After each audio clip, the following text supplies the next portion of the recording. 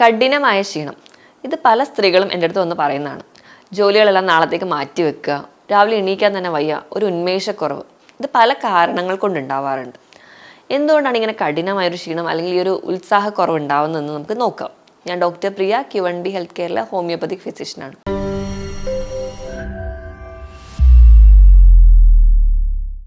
പല കാരണങ്ങൾ കൊണ്ട് നമുക്ക് ഭയങ്കരമായിട്ടൊരു ക്ഷീണം തോന്നാറുണ്ട്.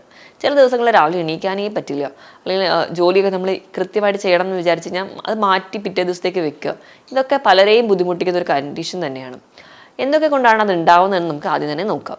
ഒന്നാമതായിട്ട് പറയുകയാണെങ്കിൽ കൃത്യമായൊരു ഉറക്കമില്ലായ്മ. നോർമലി നമ്മുടെ ഉറക്കം എന്ന് പറയുന്നത് കൃത്യമായിട്ടൊരു ടൈം പീരീഡ് നമുക്ക് വേണ്ടതാണ്. കാരണം ഈ ഉറക്കത്തിൻ്റെ ടൈമിലാണ് നമുക്ക് നമ്മുടെ ശരീരത്തിലെ മാക്സിമം ഒരു റെസ്റ്റ് കിട്ടുന്ന ഒരു ടൈം. നമ്മുടെ ശരീരം എപ്പോഴും പ്രവർത്തിച്ചുകൊണ്ടേ ഇരിക്കുന്നതാണ്. നമുക്ക് ഹാർട്ട് ആണെങ്കിലും ലങ്സ് ഒക്കെ ആണെങ്കിലും ഉറങ്ങുന്ന സമയത്താണ് ഒരു പരിധി വരെ ഇവർക്കൊക്കെ ഒരു റെസ്റ്റ് കിട്ടുന്നത്. കൃത്യമായിട്ട് ഒരു ഉറക്കമില്ലാത്തവർക്കാണ് കൂടുതലായിട്ടും ഈ ഒരു കംപ്ലൈൻറ്റ് പറയാറ്. അപ്പം നോർമലി നമ്മൾ ഒരു ജനിച്ച കുഞ്ഞ് അല്ലെങ്കിൽ ഒരു ന്യൂ ബോൺ ആണെങ്കിൽ ഒരു 16 മണിക്കൂറെങ്കിലും ഉറക്കം വേണമെന്ന് പറയും. ഒരു ടീനേജ് ഒക്കെ എത്തുമ്പോഴത്തേക്കും ഒരു 10 മണിക്കൂറെങ്കിലും. ഒരു അഡൽട്ട് ആകുമ്പോൾ ഒരു മുതിർന്ന ഒരാൾക്കാണെങ്കിൽ ഒരു 7 മുതൽ 8 മണിക്കൂറെങ്കിലും ഉറക്കം കിട്ടണം. ഈ ഉറക്കക്കുറവ് പല രീതിയിൽ പറയാറുണ്ട്. ചിലർക്ക് കിടക്കുമ്പോൾ ഉറക്കം കിട്ടാൻ താമസിക്കും, ചിലർക്ക് കിടന്നു കഴിഞ്ഞ് കഴിഞ്ഞാൽ ഇടയിൽ എണീക്കുക, ചിലർക്ക് രാവിലെ നേരത്തെ എണീറ്റ് പോവുക. ഇങ്ങനെ പല രീതിയിൽ ഉറക്കക്കുറവ് കാണിക്കാറുണ്ട്. അപ്പം ഉറക്കം കിട്ടാത്തവർക്ക് അല്ലെങ്കിൽ ഉറക്കത്തിന് ഒരു കുറവ് അനുഭവപ്പെടുന്നവർക്കാണ് കൂടുതലായിട്ടും ഈ ഒരു പ്രശ്നം പറയാറ്. ഇനി രണ്ടാമതായിട്ട് നോക്കുകയാണെങ്കിൽ ചില ഇൻഫെക്ഷൻസ് ഒക്കെ വന്നതിന് ശേഷം, ഇപ്പോൾ കോവിഡൊക്കെ വന്നു കഴിഞ്ഞപ്പോൾ ഒരുപാട് പേര് പറയുന്നുണ്ട് കോവിഡൊക്കെ വന്നതിന് ശേഷം എനിക്ക് ഭയങ്കര ക്ഷീണമാണെന്ന്. അപ്പോൾ അങ്ങനെ ചില വൈറൽ ഇൻഫെക്ഷൻസ്, ഇപ്പോൾ കോവിഡ് മാത്രമല്ല ചിക്കൻ ഗുനിയ, ഡെങ്കു പോലെയുള്ള ചില വൈറൽ ഇൻഫെക്ഷൻസ് ഒക്കെ ശേഷം അവർക്ക് അസുഖം മാറിയിട്ടുണ്ടാവും, ബ്ലഡ് ടെസ്റ്റുകളൊക്കെ നോർമലായിട്ടുണ്ടാവും, പക്ഷേ ശരീരത്തിന് ഭയങ്കര ക്ഷീണം ഉണ്ടാവും. അതിനൊരു പ്രധാന കാരണം എന്ന് വെച്ചിട്ടുണ്ടെങ്കിൽ നമ്മൾ ഈ ഒരു ഇൻഫെക്ഷൻ കഴിഞ്ഞിട്ട് ഒരു റെസ്റ്റിംഗ് പീരീഡ് ശരീരത്തിന് കൊടുക്കാത്തതുകൊണ്ടാണ്. നമ്മുടെ ശരീരത്തിൽ ഒരുപാട് ഒരു യുദ്ധം നടന്ന ഒരു സമയമാണ് ഈ ഒരു ഇൻഫെക്ഷൻ എന്ന് പറയുന്നത്. അപ്പം ഈ ഒരു ഇൻഫെക്ഷൻ്റെ സമയത്ത് നമ്മൾ വേണ്ട രീതിയിൽ റെസ്റ്റ് എടുക്കുന്നില്ല, അല്ലെങ്കിൽ വേണ്ട രീതിയിൽ ഭക്ഷണം കഴിക്കുന്നില്ല എന്നൊക്കെ ഉണ്ടെങ്കിൽ നമുക്ക് ഭയങ്കര ക്ഷീണം ഉണ്ടാവും. ഇപ്പോൾ ഒരു ഇൻഫെക്ഷൻ വന്നിട്ടുണ്ടെങ്കിൽ, ഒരു വൈറൽ ഇൻഫെക്ഷൻ വന്നിട്ടുണ്ടെങ്കിൽ ഒരു 10 ദിവസമെങ്കിലും നമുക്ക് നല്ല റെസ്റ്റ് വേണം. അപ്പോൾ നമുക്കറിയാം നമ്മുടെ വീട്ടിലെ അമ്മമാരൊക്കെ ആണെങ്കിൽ പൊതുവെ റെസ്റ്റ്, ഇവർക്ക് അസുഖം വന്നാലും വലുതായിട്ടൊന്നും റെസ്റ്റ് കിട്ടാറില്ല. അതുകൊണ്ട് തന്നെയാണ് സ്ത്രീകൾ കൂടുതലായി ഈ ഒരു കംപ്ലൈൻ്റ് ആയിട്ട് വരാറ്, ഈ ഒരു റെസ്റ്റ് കിട്ടാത്തത് കൊണ്ട്. ഇനി മൂന്നാമതായിട്ട് നോക്കുകയാണെങ്കിൽ ചില രോഗങ്ങൾ കൊണ്ട്, പ്രധാനമായിട്ടും യൂറിനറി ട്രാക്ട് ഇൻഫെക്ഷൻസ് ഒക്കെ ഉണ്ടെങ്കിൽ അതിൻ്റെ ഭാഗമായിട്ട് ഭയങ്കര ക്ഷീണം തോന്നാറുണ്ട്. ചിലപ്പോൾ അവർക്ക് മൂത്രം ഒഴിക്കുമ്പോൾ പുകച്ചിലോ നീറ്റലോ ഒന്നും കണ്ടുവന്ന് വരില്ല, പക്ഷെ ഭയങ്കരമായിട്ടുള്ള ക്ഷീണമായിരിക്കും. അപ്പോൾ അങ്ങനെ വരുന്ന കണ്ടീഷനിൽ നിങ്ങൾ മൂത്രം ഒന്ന് ടെസ്റ്റ് ചെയ്ത് നോക്കുക. യൂറിൻ കൾച്ചർ ചെയ്ത് നോക്കുമ്പോൾ യൂറിൻ റുട്ടീൻ തന്നെ ചെയ്ത് നോക്കിക്കഴിഞ്ഞാൽ നമുക്ക് ഇൻഫെക്ഷൻസ് ഒക്കെ ഉണ്ടോ എന്നറിയാം.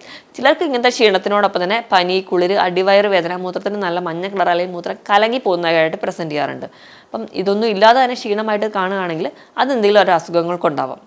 ഇനി കൊളസ്ട്രോൾ ലെവൽ കൂടുതലായിട്ട് ശരീരത്തിൽ നിൽക്കുകയാണെങ്കിലും അതിൽ തൈറോയിഡ് ഹോർമോൺസിൻ്റെ ഡിസ്ഫങ്ഷൻ ഒക്കെ ഉണ്ടെങ്കിലും നമുക്ക് നല്ല ക്ഷീണം തോന്നാറുണ്ട്. ഇത് കൂടാതെ തന്നെ നമ്മുടെ ശരീരത്തിൽ അല്ലെങ്കിൽ രക്തത്തിൽ കൊളസ്ട്രോൾ ലെവൽ കൂടുതലായിട്ട് നിൽക്കുന്നവർ അല്ലെങ്കിൽ തൈറോയിഡ് ഹോർമോൺ ഡിസ്ഫങ്ഷൻസ് ഒക്കെ ഉള്ളവർക്കാണെങ്കിലും ഇങ്ങനെ ചില പ്രശ്നങ്ങൾ കാണിക്കാറുണ്ട്.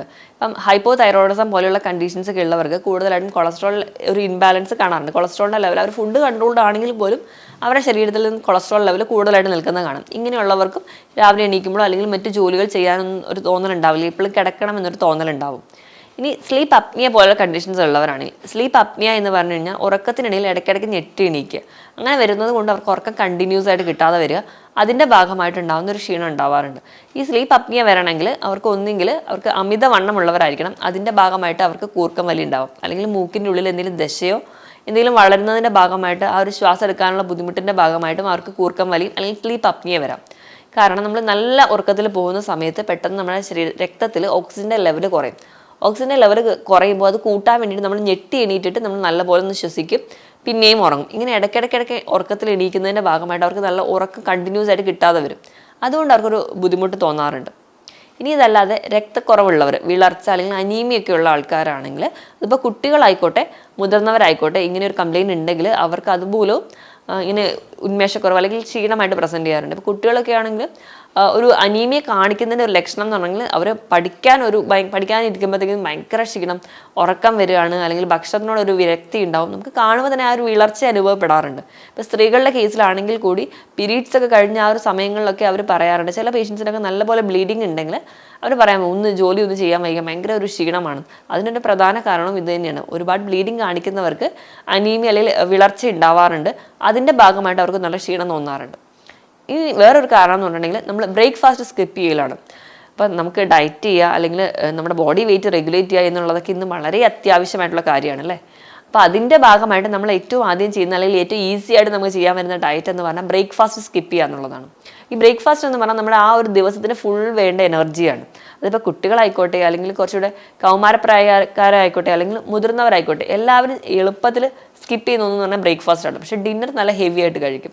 അപ്പോൾ നമ്മൾ ഓർക്കേണ്ടത് നമ്മുടെ ആ ഒരു ദിവസത്തിന് മുഴുവൻ മെൻ്റൽ അല്ലെങ്കിൽ ഫിസിക്കൽ ആക്ടിവിറ്റിക്ക് വേണ്ട എനർജി എന്ന് പറയുന്നത് ബ്രേക്ക്ഫാസ്റ്റ് ആണ്. അപ്പോൾ നമുക്ക് വേണ്ട രീതിയിൽ ന്യൂട്രിയൻസ് അല്ലെങ്കിൽ പ്രോട്ടീൻസ് ഒന്നും കിട്ടാത്തതിൻ്റെ ഭാഗമായിട്ട് നമുക്ക് നല്ല ക്ഷീണം വരാറുണ്ട്. അപ്പം ബ്രേക്ക്ഫാസ്റ്റ് മാക്സിമം സ്കിപ്പ് ചെയ്യാതിരിക്കാൻ വേണ്ടി ശ്രദ്ധിക്കും. ഇപ്പോൾ ഇൻ്റർമീഡിയറ്റ് ഫാസ്റ്റിംഗ് പോലെയുള്ള ഡയറ്റ് എടുക്കുന്നവരാണെങ്കിൽ ഒരു 16 മണിക്കൂർ ഫാസ്റ്റ് ചെയ്യണം എന്ന നിർബന്ധമുള്ളതുകൊണ്ട് തന്നെ പലരും ഈ രാവിലത്തെ ബ്രേക്ക്ഫാസ്റ്റ് അങ്ങ് സ്കിപ്പ് ചെയ്യും. രാത്രി മുതൽ ബ്രേക്ക്ഫാസ്റ്റ് അങ്ങ് സ്കിപ്പ് ചെയ്യുക, ഉച്ചയ്ക്കും അതുപോലെ തന്നെ ഡിന്നർ നല്ലപോലെ കഴിക്കുക. അപ്പോൾ അങ്ങനെ ചെയ്താലൊന്നും പ്രത്യേകിച്ച് ഒരു ഇൻ്റർമീഡിയറ്റ് ഫാസ്റ്റിങ്ങിൻ്റെതായ റിസൾട്ട് കിട്ടില്ല. അപ്പോൾ നിങ്ങൾ ചെയ്യേണ്ടത്, നിങ്ങളുടെ ആ ഒരു ക്ഷീണം പോലെയുള്ള ബുദ്ധിമുട്ടുകളൊക്കെ തോന്നുകയാണെങ്കിൽ മാക്സിമം നിങ്ങളുടെ ബ്രേക്ക്ഫാസ്റ്റ് നല്ല രീതിയിൽ കഴിക്കുക, നല്ല ഹെവിയായി കഴിക്കാൻ വേണ്ടി ശ്രദ്ധിക്കുക. ഒരു രാജാവിനെ പോലെ തന്നെ നിങ്ങൾ ബ്രേക്ക്ഫാസ്റ്റ് സ്കിപ്പ് ചെയ്യാതെ കഴിക്കുകയാണെങ്കിൽ നിങ്ങൾക്ക് ഈ ക്ഷീണം പോലെയുള്ള ബുദ്ധിമുട്ടുകൾ ഒരു പരിധി വരെ കുറയുന്നത് കാണാം. ഇനിയിപ്പോൾ വിഷാദ രോഗം അല്ലെങ്കിൽ ഡിപ്രഷൻ, മൂഡ് സ്വിങ്സ് ഒക്കെ ഉള്ളവരാണെങ്കിൽ അതിൻ്റെ ഭാഗമായിട്ട് അവർക്ക് തലയ്ക്ക് ഒരു കനം പോലെ അല്ലെങ്കിൽ ഗ്ലൂമി ആയിട്ടിരിക്കുക, പ്രത്യേകിച്ച് ഒന്നിലും സന്തോഷം കണ്ടെത്താൻ പറ്റുന്നില്ല. അപ്പം അങ്ങനെയുള്ളവർ വല്ല ഡ്രഗ്സ് എടുക്കുക, ആൻറ്റി ഡിപ്രസൻ ഡ്രഗ്സ് എടുക്കുകയാണെങ്കിൽ അതിൻ്റെ കാരണങ്ങൾ കൊണ്ടും ഈ ഒരു ഉന്മേഷക്കുറവ് വരാറുണ്ട്. പ്രമേഹം പോലെയുള്ള രോഗങ്ങൾ, ജീവിതശൈലി രോഗങ്ങളുള്ളവരാണെങ്കിൽ അതിൻ്റെ ഭാഗമായിട്ടും അവർക്ക് ഭയങ്കര ക്ഷീണമായിരിക്കും കാണിക്കുക. ക്ഷീണം എന്ന് പറഞ്ഞാൽ അവർക്ക് നമ്മുടെ ബോഡി ഫിസിക്കലിയും അവർ വീക്കാവുന്നത് കാണാം. അവർക്ക് ഉന്മേഷക്കുറവ് അവർക്ക് മാനസികമായിട്ട് തോന്നുന്നതിനോടൊപ്പം തന്നെ അവരുടെ മസിൽസൊക്കെ വേസ്റ്റ് ചെയ്ത് പോകുന്ന കാണാം. അതായത് മസിൽസൊക്കെ ശോഷിച്ച് പോകുന്ന കാണാം. പ്രത്യേകിച്ച് കാലിൻ്റെയും കൈയുടെയൊക്കെ മസിൽസ് വല്ലാതെ മെലിയുന്നത് നമുക്ക് ഈ പ്രമേഹ രോഗികളിൽ കാണാം. ഇങ്ങനെ ശരീരഭാരം കുറയും, അതിനോടൊപ്പം തന്നെ അവർക്ക് ഭയങ്കര ക്ഷീണമൊക്കെ തോന്നുകയാണെങ്കിൽ മിക്കവാറും ഒരു പ്രമേഹം ഉള്ളതുകൊണ്ടായിരിക്കണം ഈ ഒരു കണ്ടീഷൻസ് ഉണ്ടാവുക. അപ്പം അങ്ങനത്തെ ഡൗട്ടൊക്കെ ഉണ്ടെങ്കിൽ നിങ്ങൾ മാക്സിമം ഒരു ഡോക്ടറുടെ കൺസൾട്ടേഷൻ എടുക്കുക. അതുപോലെ തന്നെ ബ്ലഡ് ടെസ്റ്റുകളൊക്കെ ചെയ്ത് ഈ ഒരു കണ്ടീഷൻ ഇല്ല എന്ന് ഉറപ്പുവരുത്തുക. അതുപോലെ തന്നെ പാരമ്പര്യമായിട്ട് പ്രമേഹമൊക്കെ ഉള്ളവരാണെങ്കിൽ ഇടയ്ക്കിടയ്ക്ക് റൂൾ ഔട്ട് ചെയ്യുക. അപ്പോൾ ഇങ്ങനത്തെ ഒരു ക്ഷീണമൊക്കെ തോന്നുമ്പോൾ തന്നെ ഷുഗർ ഉണ്ടോ അല്ലെങ്കിൽ ഡയബറ്റിക് ആണോ എന്നറിയാൻ വേണ്ടി ബ്ലഡ് ടെസ്റ്റുകൾ ചെയ്യാം. ഇതുപോലെ തന്നെ ഹൃദയത്തിൻ്റെ കംപ്ലയിൻറ്റ്സ് എന്തെങ്കിലും ഉണ്ടെങ്കിൽ, ഹൃദയത്തിൻ്റെ ഇടുപ്പ് കറക്റ്റ് അല്ലെങ്കിൽ പാൽപിറ്റേഷൻ അല്ലെങ്കിൽ വാൽവുലാർ കംപ്ലയിൻറ്റ്സോ അങ്ങനെ എന്തെങ്കിലും ഹൃദയത്തിൻ്റെ പ്രശ്നം ഉണ്ടെങ്കിൽ അങ്ങനെയുള്ളവർക്കും ഈ ഒരു ക്ഷീണം പറയാറുണ്ട്. അവർക്ക് സ്റ്റെപ്പ് കയറുമ്പോഴത്തേക്കും വയ്യ, ഭയങ്കരമായിട്ടുള്ള കിതപ്പ് പറയും, ജോലി ഒന്നും ചെയ്യാൻ വയ്യ, കുറച്ച് നടക്കാൻ വയ്യ, ഇങ്ങനത്തെ ഒരുപാട് വെയിറ്റ് എടുക്കാൻ വയ്യ, അങ്ങനെ ഒരുപാട് പരാതികളായിരിക്കും അവർക്ക് ഉണ്ടാവുക. ഈ ഒരു ക്ഷീണത്തിനൊക്കെ കാരണം അവരുടെ ഹാർട്ടിൻ്റെ ഒരു പമ്പിങ് കറക്റ്റ് അല്ലാത്തതുകൊണ്ട് നമ്മുടെ ശരീരത്തിലെ മറ്റ് അവയവങ്ങൾക്ക് കൃത്യമായ ബ്ലഡ് കിട്ടുന്നില്ല. ബ്ലഡ് വേണ്ട രീതിയിൽ ഇല്ലാത്തതുകൊണ്ട് അത് കാരണം കൊണ്ട് അവർക്ക് ഓക്സിജൻ കിട്ടുന്നില്ല. കോശങ്ങൾക്ക് ഓക്സിജൻ ഇല്ലെങ്കിൽ അവരുടെ പ്രവർത്തനങ്ങൾ ഒന്നും തന്നെ നടക്കില്ല. അതിൻ്റെ ഭാഗമായിട്ടും അവർക്ക് ഒരു ക്ഷീണം പറയാറുണ്ട്. ഇതല്ലാതെ നമുക്ക് പറയാൻ പറ്റുന്ന ഒരു കാരണം എന്ന് വെച്ചിട്ടുണ്ടെങ്കിൽ അധികമായിട്ട് കഫീൻ അല്ലെങ്കിൽ കോഫി അടങ്ങിയിട്ടുള്ള ഭക്ഷണങ്ങൾ അല്ലെങ്കിൽ ചോക്ലേറ്റ്സ്, കാർബണേറ്റഡ് ഡ്രിങ്ക്സ് ഒക്കെ കൂടുതൽ കഴിക്കുന്നവർക്ക് ഈ ഒരു ക്ഷീണം പറയാറുണ്ട്. നമ്മൾ ഉറക്കമൊന്നും അവർക്ക് കറക്റ്റായിട്ട് നടക്കില്ല. കാരണം ഈ കഫീൻ എന്ന് പറയുന്നത് നമുക്ക് ആ ഒരു ടൈം നമ്മൾ കഴിക്കുന്ന ഒരു സമയത്ത് നമുക്ക് കുറച്ച് ഉന്മേഷം തരികയെങ്കിലും അത് ഉടനെ തന്നെ അത് വീണ്ടും നമുക്കൊരു ക്ഷീണം തോന്നിക്കുന്ന ഒരു കണ്ടീഷനാണ്. അപ്പം ആ ഒരു കഫീൻ അധികമായിട്ട് കഴിക്കുന്ന ആൾക്കാർ അല്ലെങ്കിൽ മദ്യപാനം പോലെയുള്ള ശീലമുള്ളവരാണെങ്കിൽ അതൊക്കെ നമുക്ക് ഒരു ഡീഹൈഡ്രേഷൻ ശരീരത്തിൽ ഉണ്ടാക്കും. നമ്മുടെ ശരീരത്തിന് വേണ്ട രീതിയിൽ വെള്ളം കിട്ടാതെ വരും. വേണ്ട രീതിയിൽ വെള്ളം കിട്ടാതെ വരുമ്പോൾ നമ്മുടെ ബോഡി ഒന്നും ക്ലിയർ ആയിട്ട് ഫങ്ഷൻ ചെയ്യാൻ പറ്റില്ല. അപ്പോൾ അതിൻ്റെ ഭാഗമായിട്ടും ആ ഒരു ഡീഹൈഡ്രേഷൻ ഉള്ളതുകൊണ്ട് നമുക്ക് ഭയങ്കരമായിട്ടുള്ളൊരു ക്ഷീണം തോന്നാം. നമുക്ക് വേണ്ട രീതിയിൽ നമ്മൾ കഴിക്കുന്ന ഭക്ഷണത്തിൽ പ്രോട്ടീൻസ് ഒന്നുമില്ല, അല്ലെങ്കിൽ നമുക്ക് വേണ്ട രീതിയിലുള്ള എനർജി സപ്ലൈ ചെയ്യാനുള്ള ഫുഡൊന്നും നമ്മൾ കഴിക്കുന്നില്ല, നമ്മളൊരു ബാലൻസ്ഡ് ഡയറ്റ് അല്ല കഴിക്കുന്നതെങ്കിൽ അതുകൊണ്ട് നമുക്ക് ക്ഷീണം വരാം. ഫൈബ്രോമയോളജിയെ പോലെയുള്ള കണ്ടീഷൻ, ഫൈബ്രോമയോളജി എന്ന് പറഞ്ഞിട്ടുണ്ടെങ്കിൽ നമുക്ക് പല കാരണങ്ങൾ കൊണ്ട് പല അസുഖങ്ങൾ ഉണ്ടെന്ന് തോന്നുക, അല്ലെങ്കിൽ നമുക്ക് പല ക്ഷീണം തോന്നുക, മസിൽ വേദന, ജോയിൻറ്റ് പെയിൻ ഒക്കെ നമുക്ക് തോന്നും.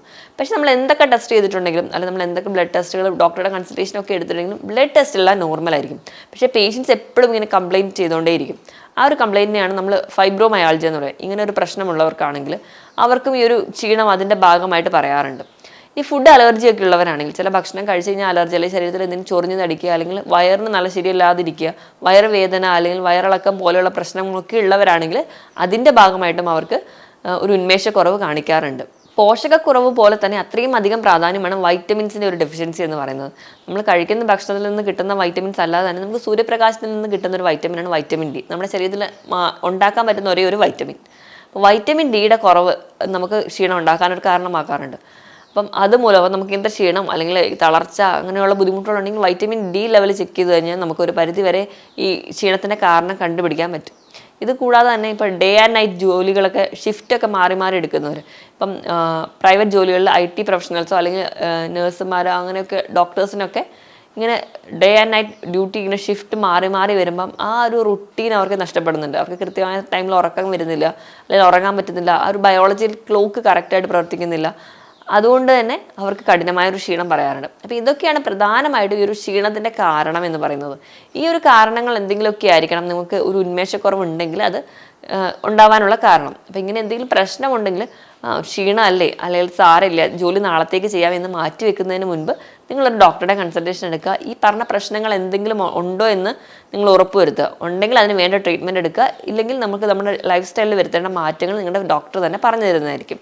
ഈ പറഞ്ഞതൊക്കെയാണ് പ്രധാനമായിട്ടും നമുക്കൊരു കഠിനമായ ക്ഷീണം അല്ലെങ്കിൽ ഉന്മേഷക്കുറവ് ഉണ്ടാവാനുള്ള കാരണം. അപ്പം ഇങ്ങനെയൊക്കെ കാരണങ്ങൾ ഉണ്ടെങ്കിൽ ഉണ്ടോ എന്ന് അറിയാൻ വേണ്ടി നിങ്ങൾ ജോലി പിറ്റേ ദിവസത്തേക്ക് മാറ്റി വെക്കാതെ ഒരു ഡോക്ടറുടെ കൺസൾട്ടേഷൻ എടുക്കുക. ഡോക്ടറെ കണ്ടിട്ട് നിങ്ങൾക്ക് ഇങ്ങനത്തെ എന്തെങ്കിലും ബുദ്ധിമുട്ടുകൾ ഉണ്ടോ എന്ന് നോക്കി വേണ്ട ട്രീറ്റ്മെൻറ്റുകൾ എടുക്കുക. അല്ലെങ്കിൽ നിങ്ങളുടെ ലൈഫ് സ്റ്റൈലിൽ വരുത്തേണ്ട മാറ്റങ്ങൾ നിങ്ങളുടെ ഡോക്ടർ തന്നെ പറഞ്ഞു തരും. അപ്പം ഈ ഒരു ലൈഫ് സ്റ്റൈലിൽ വരുത്തുന്ന മാറ്റത്തിൽ ഏറ്റവും ഇമ്പോർട്ടൻ്റ് എന്ന് പറഞ്ഞാൽ നമ്മൾ കഴിക്കുന്ന ഫുഡ് എന്ന് പറയുന്നത് ഹെൽത്തി ആയിരിക്കണം എന്നുള്ളതാണ്. നമ്മളെപ്പോഴും ഒരു ബാലൻസ് ഫുഡാണ് കഴിക്കുന്നതെങ്കിൽ നമുക്ക് പോഷകമൊക്കെ കൃത്യമായി കിട്ടുന്നുണ്ടെങ്കിൽ നമുക്ക് ഒരു പരിധി വരെ ക്ഷീണം മാറും. അതോടൊപ്പം തന്നെ നിങ്ങളുടെ ശരീരഭാരത്തിനനുസരിച്ച് വെള്ളം കുടിക്കുകയും കൂടി ചെയ്യുക.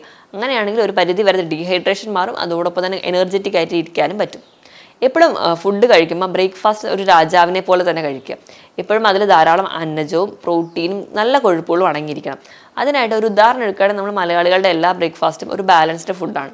ഇപ്പോൾ പുട്ട് കടലയാണെങ്കിൽ പുട്ട് എന്ന് പറയുന്ന ഒരു അന്നജമാണ്, കടല എന്ന് പറയുന്ന ഒരു പ്രോട്ടീനാണ്. അതിനോടൊപ്പം കുറച്ച് നട്ട്സ് കൂടി കഴിക്കുകയാണെങ്കിൽ നല്ല കൊഴുപ്പ് നമ്മുടെ ശരീരത്തിൽ എത്തുന്നുണ്ട്. കൃത്യമായിട്ടൊരു ബാലൻസ് ഡയറ്റ് കഴിക്കാൻ വേണ്ടി ശ്രദ്ധിക്കുക. അത് കുഞ്ഞു കുട്ടികളെ തൊട്ട് നമുക്കത് ശീലിപ്പിച്ചെടുക്കുക.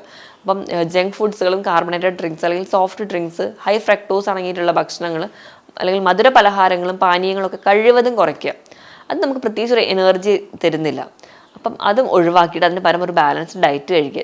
എത്ര ഒരു വെയിറ്റ് കുറയ്ക്കാൻ വേണ്ടി ഡയറ്റ് നോക്കുന്നവരാണെങ്കിലും ബ്രേക്ക്ഫാസ്റ്റ് സ്കിപ്പ് ചെയ്യാതിരിക്കാൻ വേണ്ടി ശ്രദ്ധിക്കുക.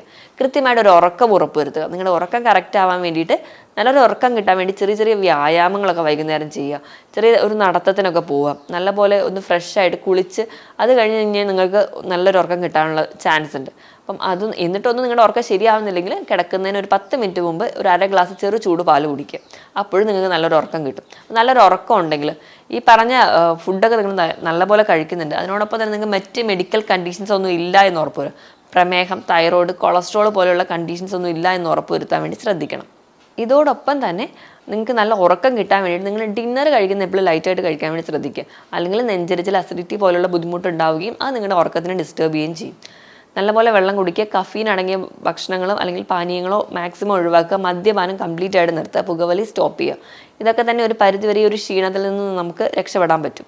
ഹെൽത്തി ആയിട്ടുള്ള ഫുഡ്, ധാരാളം നട്ട്സുകൾ, ചെറിയ മത്സ്യങ്ങളൊക്കെ നല്ലപോലെ കഴിക്കാൻ വേണ്ടി ശ്രദ്ധിക്കുക. ഒമേഗ 3 ഫാറ്റി ആസിഡ്സ് അടങ്ങിയിട്ടുള്ള ചെറിയ മത്സ്യങ്ങൾ, നട്ട്സ്, ബട്ടർ ഫ്രൂട്ട് അല്ലെങ്കിൽ അവോക്കാഡോ പോലെയുള്ള ഫ്രൂട്ട്സുകളൊക്കെ കഴിക്കാൻ പറ്റുകയാണെങ്കിൽ അതൊക്കെ നിങ്ങൾ സ്ഥിരമായിട്ട് കഴിക്കാൻ വേണ്ടി ശ്രദ്ധിക്കുക.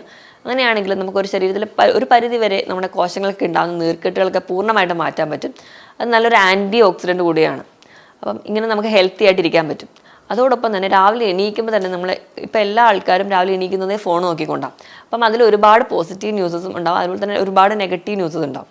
അപ്പോൾ രാവിലെ എണീക്കുമ്പോൾ മാക്സിമം ഫ്രഷ് ആയിട്ട് എണീക്കാൻ വേണ്ടി ശ്രമിക്കുക. അതിനുവേണ്ടി രാവിലെ എണീക്കുമ്പോഴേ ഉള്ള ആ ഫോൺ നോക്കുന്ന പരിപാടി ഉണ്ടെങ്കിൽ അതങ്ങ് നിർത്തുക. കുറച്ചുകൂടെ ഹെൽത്തി ആയിട്ട് പതുക്കെ എണീറ്റ് ഒന്ന് ബോഡിയൊക്കെ നല്ലപോലെ സ്ട്രെച്ച് ചെയ്ത് ഒന്ന് വാമപ്പ് ചെയ്ത് എണീക്കാൻ വേണ്ടി ശ്രദ്ധിക്കുക. എപ്പോഴും നമ്മുടെ ബോഡി സ്ട്രെച്ച് ചെയ്യുന്ന സമയത്ത് നമ്മുടെ ശരീരത്തിൽ മൊത്തം ഒരു ബ്ലഡ് സപ്ലൈ കറക്റ്റായിട്ട് കിട്ടും. നമ്മുടെ കോശങ്ങളൊക്കെ കുറച്ചുകൂടി എനർജറ്റിക് ആയിട്ടിരിക്കും. നമ്മൾ കുറച്ചുകൂടി ഒരു ഹാപ്പി മൂഡിലേക്ക് പോകും. രാവിലെ തന്നെ ഒരു വ്യായാമം കൂടി ഉണ്ടെങ്കിൽ നമ്മുടെ ശരീരത്തിൽ ഹാപ്പി ഹോർമോൺസ് ആയിട്ടുള്ള എൻഡ്രോഫിൻസ് ഒക്കെ പ്രൊഡ്യൂസ് ചെയ്യും. അതുവഴി നമ്മുടെ മൂഡൊന്ന് ഹാപ്പി ആയിട്ടിരിക്കാനും പറ്റും. ഇങ്ങനെയൊക്കെ ചെയ്ത് കഴിഞ്ഞാൽ ഒരു പരിധി വരെ കഠിനമായ ക്ഷീണമൊക്കെ നമുക്ക് മാറ്റിയെടുക്കാൻ പറ്റും.